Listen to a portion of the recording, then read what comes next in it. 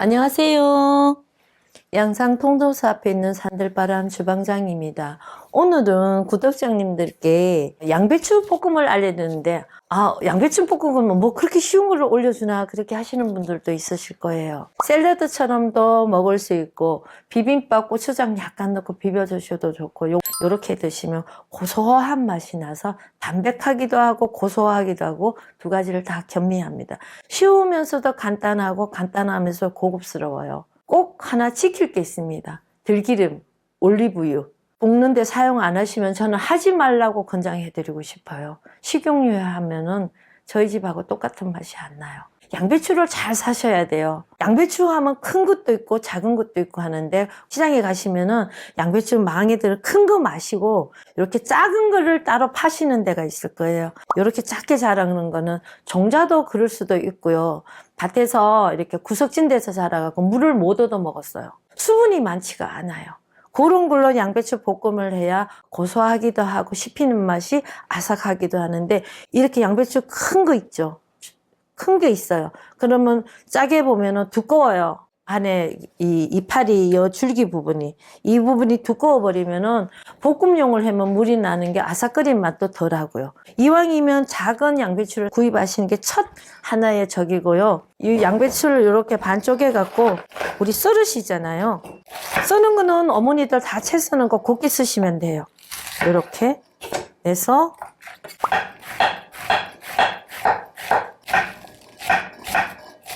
이렇게 채를 이왕이면 곱게 좀 얇게 썰어 주시는 게 좋아요.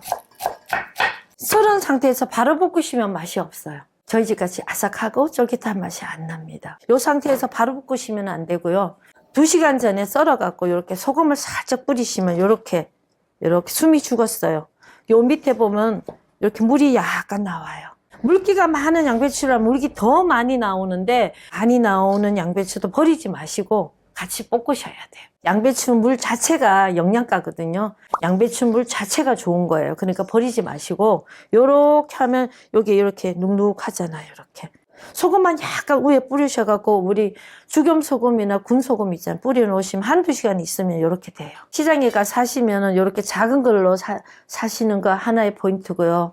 이렇게 채 썰어갖고 미리 2시간 정도 절여놓으세요. 소금 간을 많이 해버리면 짜잖아요. 그러니까 처음부터 소금 간을 조금 미세하게, 요 정도 간이면 맞겠다 할 정도로 이렇게 살짝 뿌려셔갖고 한번 뒤집거려 주시면 이렇게 돼요. 그게 이제 관건이에요. 그게 아삭거리면서 맛있게 물컹물컹하지 않고, 그게 포인트입니다. 저희 집은 들기름을 쓰는데, 들기름을 향을 싫어하시는 분들이 있어요. 그러면 올리브유를 좀 좋은 거를 쓰셔야 돼요. 식용유를 볶아서 식용유를 두르고 볶는다 그러면 저는 하지 말라고 권장하거든요. 들기름하고 소금 간으로만 하기 때문에 기름 맛을 많이 좌우합니다. 프라이팬을 너무 달구시면 안 돼요. 약하게 줄여주시고, 들기름을 쓰실 때는 흔들어 주셔야 되는 거 아시죠? 밑에 가라앉는 거 이렇게 담뿍 담아주시고요. 불을 당기시고, 너무 달게까지 기다리시면 바로 넣으시면 돼요. 이렇게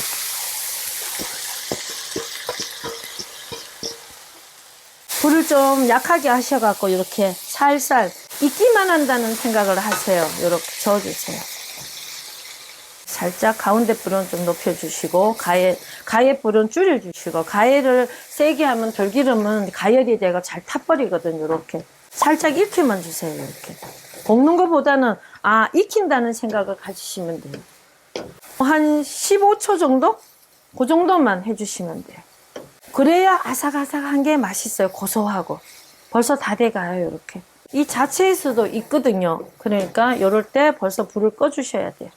불을 꺼버리시고, 이 프라이팬에 놔두면 이게 볶은 게 계속 익으면 물컹해지거든요. 그럴 때는 넓은 데다가 쏟아 놓으세요.